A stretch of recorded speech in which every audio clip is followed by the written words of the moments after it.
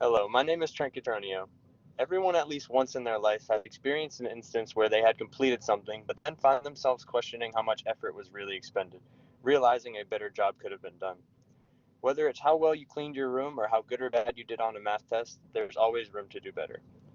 I always find myself realizing I could have done a better job and put in more effort. Goes for just about everything. We all have experience where we completed something realizing we didn't do the best job we possibly could have. I tend to go back and realize things and think about the better job I could have done. Today, I will share past experiences and how I learned from them.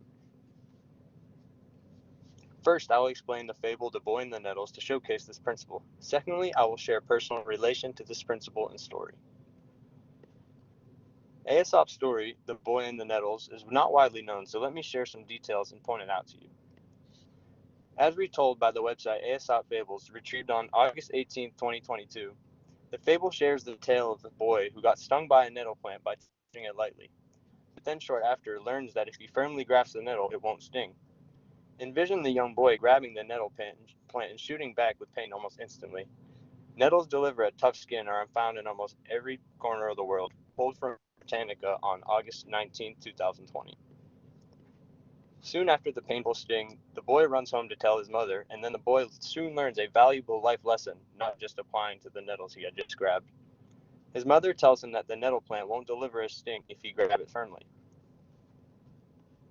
The boy also learns that valuable life lessons not just applying to the nettle plant, but learning that if he puts the most effort into things, that it all works out well. Everything said doesn't just apply to nettle plants. The story brings up the principle of going big or going home.